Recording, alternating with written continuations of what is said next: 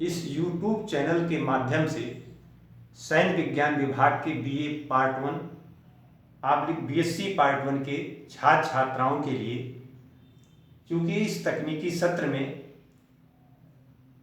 वैदिक कालीन सैन्य पद्धति पहले प्रथम प्रश्न पत्र का यह एक प्रकार से शुरुआत है, जिसका शीर्षक है वैदिक कालीन सैन्य पद्धति, जिसकी अवधि इतिहासकारों ने 1500 ईसा पूर्व से 600 ईसा पूर्व बतलाई। जैसा कि आप सभी लोग इससे यह जानते हुए कि वेदों के काल में वैदिक काल का जो नामकरण हुआ वो वेदों के नाम से इसे वैदिक काल की नाम से पुकारा जाने लगा। और इस काल की जो सैन्य पद्धति थी वह सैन्य पद्धति किस प्रकार से थी, इसका अध्ययन हम कुछ इस क्रम में करने का प्रयास करेंगे। विद्यार्थियों, 18 पुराण, 4 वेद हमें तात्कालिक सैन्य घटनाओं का प्रमाण हमें इनसे मिलता है। इस काल में आर्य भारत में कैसे आए और उन्होंने धीरे धीरे अपना कैसे प्रसार इस भारत की भूमि पर प्रसार कैसे किया, इसका उल्लेख किन संघर्षों के परिणाम स्वरूप हुआ है। ऐसा कहा जाता है कि सिंधु घाटी सभ्यता की अंतिम किरण वैदिक काल की उषा की प्रथम किरण के रूप में परिलक्षित हुई। और इस समय भारत में धीरे धीरे पदार्पण करने लगे। वे छोटी छोटी टोलियों में चरवाहों के रूप में ये भारत में आए और यहाँ पर पहले से बसे हुए अनार्यों से, जिन्हें इतिहासकारों ने, सैन्य विशेषज्ञों ने दस्यु या दास का उपाधि से विभूषित किया है, उनसे संघर्ष होना स्वाभाविक था। और वे उनसे संघर्ष की जो घटनाएं घटी उसको वेदों के काल में, इस वैदिक काल में हम इसका अध्ययन करते हैं। ऐसा इतिहासकार कहते हैं कि रूस के कैस्पियन सागर से आर्य धीरे धीरे भारत की भूमि तक आए थे।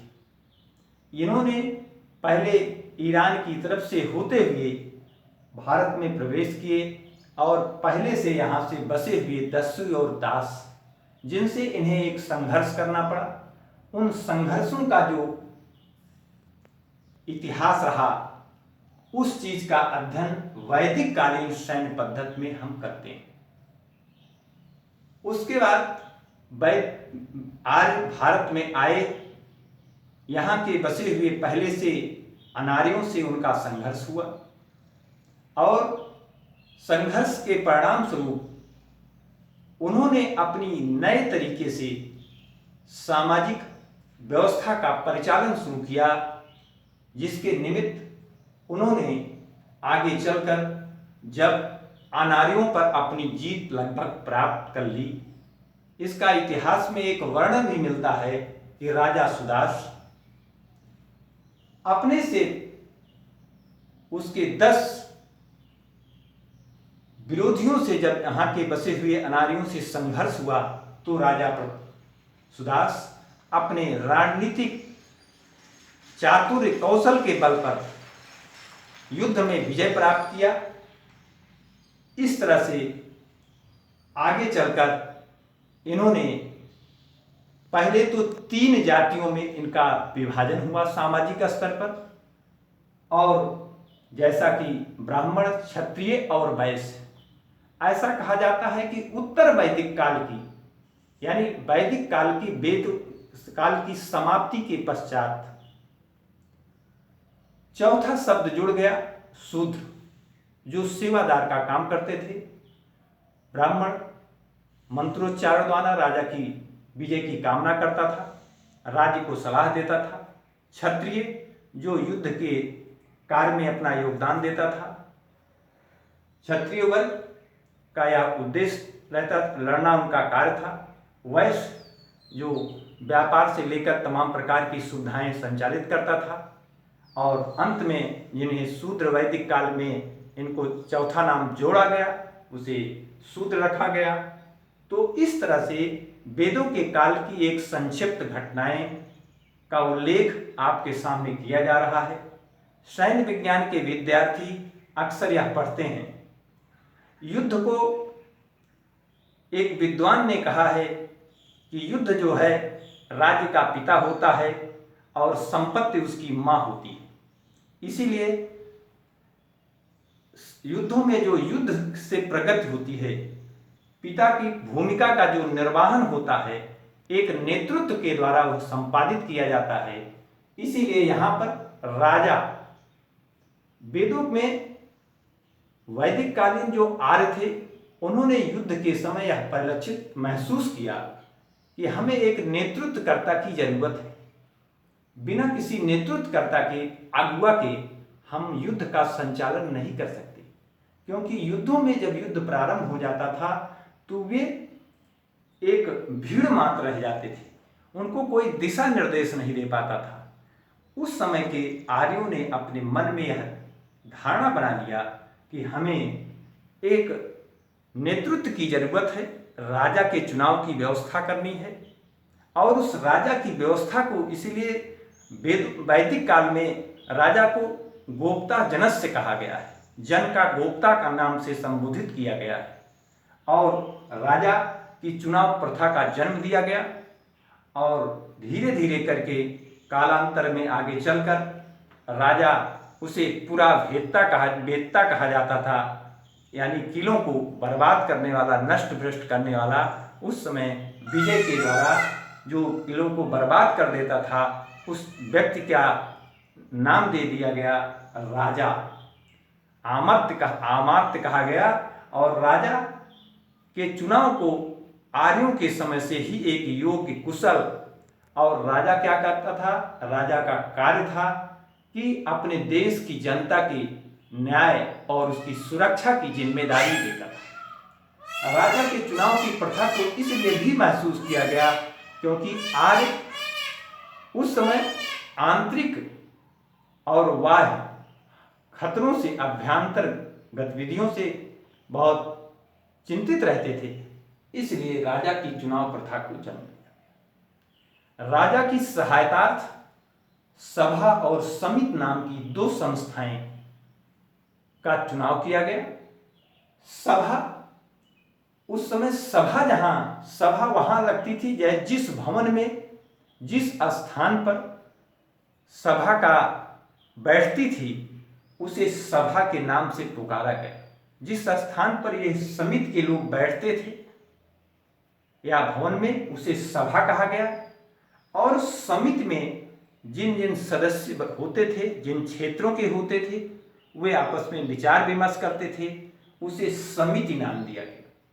सभा और समिति राजा की सहायतार्थ दो ऐसी संस्थाएं थी जो समय समय पर राजा को आंतरिक और बाह्य गतिविधियों पर शत्रु के उन्हें सलाह देती थी और राज्य के उत्थान के लिए यह कार्य करती थी। फिर उसके बाद आता है सैनिक वर्ग का उत्थान। सैनिक वर्ग का उस समय कैसे उत्थान हुआ, और वह उत्थान तीन प्रकार से इतिहासकारों ने बताया है। पहला है दैवीय शक्ति, जिसे ब्राह्मण कहा गया। दूसरा है राजकीय शक्ति, जिसे क्षत्रिय के नाम से संबोधित किया गया। तीसरा है व्यापारिक समुदाय, जिसे वैश्य कहा गया। इस प्रकार से सैनिक वर्ग के जो उत्थान में ब्राह्मण का कार्य था उस समय शिक्षा देना, और राजा के कुशल नेतृत्व में विजय हासिल हो, वह मंत्रोच्चारण करता था जिससे राज्य की विजय प्राप्त हो। राजकीय शक्ति क्षत्रिय, उस समय क्षत्रिय ही इसके लड़ाकू भावनाएं जो होती थी, क्षत्रियों का यही कार्य था कि वे युद्ध की सुरक्षार्थ युद्ध में अपना प्रमुख योगदान दें। व्यापारिक समुदाय राज्य की सारी आवश्यकताओं की पूर्ति के लिए ये वैश्य समुदाय उस समय काम करता था। अगले नंबर पर राज्य की रक्षा। राज्य की रक्षा कैसे की जाए, इस पर अक्सर यह विचार किया जाता था कि राज्य कैसे आगे बढ़ा जाए। तो राज्य की रक्षा के लिए उस समय सेनाओं का गठन किया जाने लगा। रामगोविंद त्रिवेदी ने उस समय कहा था कि सेना, जो उस समय सेना का आकार प्रकार होता था, वो 30,000 से 60,000 के बीच होती थी। और सेना के प्रमुख संगठन में सबसे पहला नाम आता है कि पत्ति। पत्ति अर्थात पैदल सेना। उस समय वैदिक काल में सेना को, जो पैदल सेना युद्ध में लड़ती थी, उसे पत्ति सेना के नाम से संबोधित किया गया। और दूसरी सेना का नाम था रथ सेना। इसे किताबों में रथेंस कहा गया है। और पैदल सेना अक्सर, जैसा इसका नाम ही है, पैदल ही युद्ध में लड़ती थी। और रथ सेना, इसमें 6 घोड़ों से लेकर 8 घोड़ों तक इस पे जुटे रहते थे। 5 से 6 व्यक्तियों की इसमें बैठने की व्यवस्था थी। और बैठने के साथ साथ युद्धों का ये संचालन करते थे। रथ सेनाओं के दोनों तरफ पैदल सेनाएं खड़ी रहती थी और अपने अपने हथियारों को लेकर युद्ध के मैदान में पहुंचते थे। युद्ध पद्धति, युद्धों की जब घोषणा हो जाती थी, तब सैनिक, राजा अपने तरफ से धीरे धीरे सरदारों को सूचित करता था। उस समय क्षेत्रीय सरदारों के अंतर्गत यह कार्य होता था। आपको सेना के संगठन के अंतर्गत उस समय राजा के पास कोई अस्थाई सेना थी ही नहीं, क्योंकि जब उस समय अस्थाई सेना थी नहीं तो अस्थाई प्रशिक्षण की भी बात नहीं थी। राजा को जब आवश्यकता होती थी तो अपने मित्र राजाओं अथवा क्षेत्रीय सरदारों को युद्ध के समय इसकी सूचना देते थे। और सूचना के माध्यम से वे अपने अपने हथियारों को लेकर युद्ध भूमि में, मैदान में पहुंच जाते थे। और युद्ध मैदान में जब पहुंच जाते थे तो उस समय दोनों सेनाएं, युद्ध स्थल का जो चुनाव होता था, वे कहते थे कि अपने एक मैदानी क्षेत्रों में युद्ध होता था, नदियों के किनारे होता था, क्योंकि उनकी आवश्यकताएं जल आपूर्ति वगैरह वहीं से होती थी। तो ऐसा कहा जाता है कि वैदिक काल में जब घोषणा हो जाती थी तो दोनों प्रकार की सेनाएं एक समतल मैदान की तरफ नदियों के किनारे एकत्र होते थे। सहतीरों की मोर्चाबंदी की जाती थी और इनके द्वारा युद्ध का संचालन होता था। युद्ध में जो विजय प्राप्त करता था, और उस समय उनके हथियार के क्या थे, उस समय प्रमुख हथियार इस काल का धनुष बाण थे, तलवारें थी, दधि आसन इनके नाम थे, कृपाण थे। इस प्रकार के इनके आयुध थे। और पैदल सेना अपने हथियारों के साथ आगे बढ़ती थी। रथ सेना पर रथी, प्रारंभ में तो ये स्वयं जो रथी होते थे स्वयं युद्ध का रथ का संचालन भी करते थे, युद्ध भी लड़ते थे। लेकिन रथ सेना वर्षा के समय घातक सिद्ध हो जाती थी। उस समय पत्ति सेना, पैदल सेना की मुख्य भूमिकाएं होती थी। फिर उसके बाद आता है आयुध। आयुध क्या है? हथियारों को जहां पर सभी प्रकार के हथियारों को एकत्र करके रखने की व्यवस्था की जाती है, उसे आयुधागार कहा जाता है।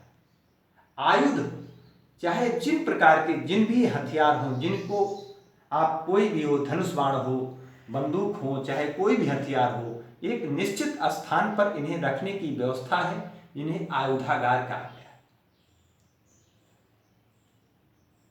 पाश्चात्य इतिहास में भी इसका उल्लेख मिलता है। और ये हथियार, इन हथियारों के बिना सेना का अस्तित्व नगण्य होता है। इसलिए आयुधागार अध्यक्ष की भी नियुक्ति की जाती है, जो इस कार्य को संचालित करते हैं।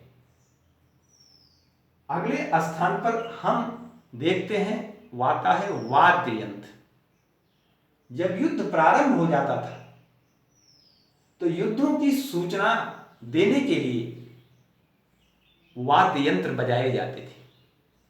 उन वाद्य यंत्रों में दुंदुभि, क्रंद, धौंसा, शंख, ये तमाम प्रकार के वाद्य यंत्र थे। इन वाद्य यंत्रों का प्रयोग होने लगा और ये वाद्य यंत्र शत्रुओं का मनोबल गिराने और अपनी सेना का मनोबल ऊंचा रखने का भी कार्य करते थे। ये ऐसे संगीत बजाते थे कि सैनिकों में जोश उत्पन्न होता था और वे युद्ध में पराजित होने अथवा मनोबल गिरने की भी ऐसी ध्वनि से उनके ऊपर ऐसा असर पड़ता था, तो युद्धों का हार को जीत में भी परिणत कर देते थे। ऐसा कहा जाता है कि इन वाद्य यंत्रों का ऐसा असर होता है। वाद्य यंत्र इसलिए भी बजाए जाते थे जिससे शत्रु को यह सूचना दी जा सके कि फला अमुक सेना युद्ध स्थल की तरफ आ चुकी है और आपको एक प्रकार से चुनौती दी जा रही है। और वाद्य यंत्र के बाद ध्वज, जिसे हर प्रत्येक सेना के संचालन के समय रथों पर अथवा उनके साथ चलने वाले पैदल सैनिक अपने अपने झंडों को लेकर, ध्वज को लेकर चलते थे। ये ध्वज वैदिक काल की सेनाओं का एक प्रकार का प्रतीक माना जाता था और यह प्रतीक उनको बताता था कि अमुक क्षेत्र की जनता अमुक क्षेत्र के नेतृत्व में यह सेना आ रही है। उसकी एक अपनी पहचान थी। ध्वज पहचान से पता चल जाता था कि हमारी कौन सी सेना है, शत्रु की सेना है कि मित्र की सेना है, और वह इस कार्य को देखकर शत्रु से पता लगा लेती थी कि कौन सी सेना हमारी तरफ पड़ रही है। उसके बाद दुर्ग और शस्त्रागार आते हैं।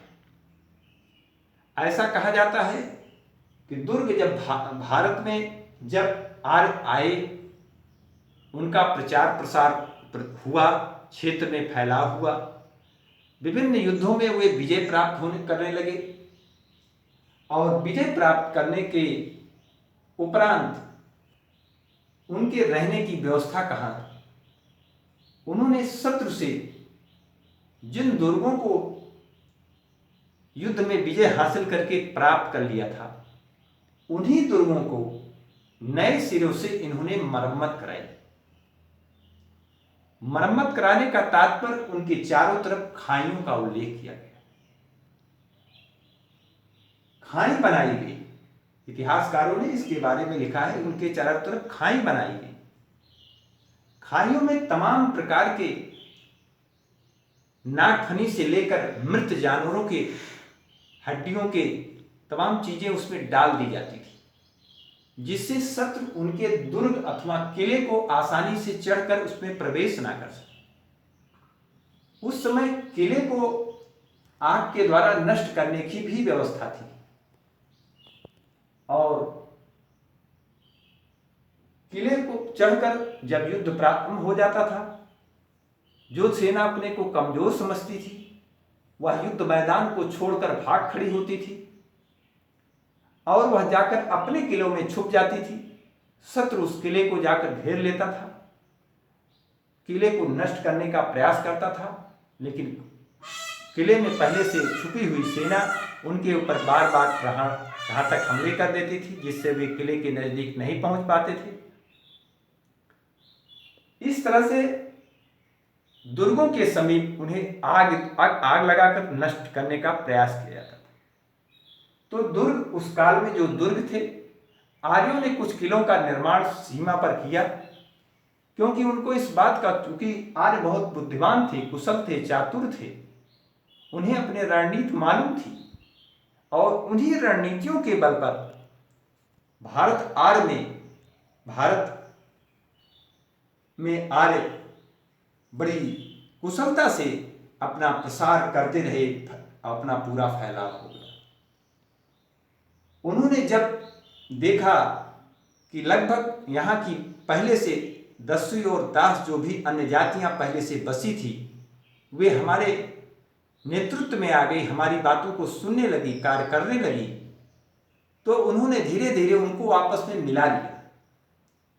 और मिलाने का यह परिणाम था कि वे उनको ज्यादा विश्वसनीय कार्य को छोड़कर सूचनार्थ, पहरेदारी, अन्य कार्यों को अपने साथ उन्होंने लगाया। इस प्रकार से उन्होंने अपनी सामाजिक व्यवस्था को धीरे धीरे परिवर्तन कर दिया। आर्य उसके बाद शस्त्रागार, जहां पर हथियारों को सुव्यवस्थित तरीके से उनकी देखरेख, उनका मेंटेनेंस करने की व्यवस्था होती थी और वहां पर ठीक ढंग से उन्हें रखा जाता था। ऐसे स्थान को शस्त्रागार भी कहा गया। शस्त्रागार, शस्त्रों को जहां पर रखा जाता था, इसका एक शस्त्रागार का एक अध्यक्ष होता था जो इन हथियारों की युद्ध के समय से लेकर शांति काल में भी इसकी देखरेख, रक्षा करता था। तो वैदिक काल में जो शस्त्रागार आदि का जो कार्य करता था, आर्य एक व्यवस्थित ढंग से इस काल में दुर्ग और शस्त्रागार की व्यवस्था थी। इससे पता चलता है कि आर्य भारत में किस प्रकार से अपने प्रसार प्रसार का अपना विकास किया। अंत में सामुद्रिक नौचालन, इस काल में आर्यों को सामुद्रिक परिचालन का भी ज्ञान था। वे समुद्र के रास्ते तमाम स्थानों तक इनके आने जाने का भी उल्लेख हमें इतिहास में मिलता है। तो वेदों के काल में जैसे ईरान, बेबीलोन, आसीरियन, यहां तक ये समुद्र के रास्ते तक पहुंचते थे। तो इस तरह से यह पता चलता है कि आर्यों को सामुद्रिक परिभ्रमण का भी ज्ञान था। तो 1500 ईसा पूर्व से लेकर 600 ईसा पूर्व के बीच में वैदिक कालीन आर्य भारत में अपने पदार्पण और अपने बढ़ने के क्रम को जिस तरह से आगे बढ़ाया, उससे यह परिलक्षित होता है कि वैदिक काल में किस प्रकार से सेनाओं का विकास धीरे धीरे हुआ। वेदों के काल में सेना को प्रीत अथवा पृतना के नाम से भी संबोधित किया गया है। उस समय जो सेना के दोनों अंग थे, वे युद्ध में बड़े अच्छी भूमिका का निर्वहन करते थे। प्रीत और पृतना, जिसमें पत्ति और रथ सेना का उल्लेख अभी हमने कुछ देर पहले किया था। ये दोनों सेनाएं आर्यों की आधार स्तंभ थी। ऐसा कहा गया है, किसी विद्वान ने कभी कहा था, आर्य इतने होश चातुर थे कि वे अपनी रणनीति बहुत व्यवस्थित ढंग से बनाते थे। जैसा कि हम देखते हैं कि पैदल सेना और रथ सेना, जो इसमें घोड़े जुते होते थे, जैसा कि श्री राम गोविंद त्रिवेदी ने भी इस चीज को उल्लेख किया है, अन्य विद्वानों ने भी उल्लेख किया है कि पैदल और रथी जो अधिकतम संख्या कही गई है 30,000 से 60,000 के बीच यह व्यवस्थित की गई है। तो इस प्रकार से वैदिक कालीन सैन्य पद्धति अपने इस स्थान तक पहुंची है जिसका विकास हुआ है। और यह मेरी समझ में हमारे छात्रों के लिए बीए पार्ट 1 के विद्यार्थियों के दृष्टिगत रखते हुए एक छोटा, कह लीजिए छोटा सा वीडियो बनाने का प्रयास किया गया जो आपके क्षेत्र के लिए कामगर होगी, यह उल्लेख है। बहुत बहुत धन्यवाद।